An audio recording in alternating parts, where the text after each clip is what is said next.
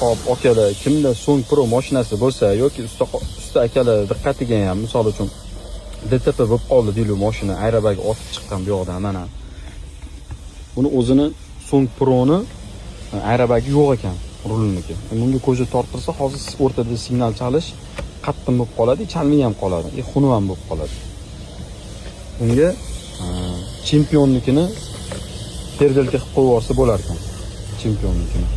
Uning uchun eski aerobagga mana bu osnovasini yechib olasizlar, imamti tillarini hammasini kesib tashab, chaqlab tashlaysizlar, tekis qilib. Keyin buni mana shu osnova bilan anaqa teng qilib kiygizib olasizlar, mana tekis qilib.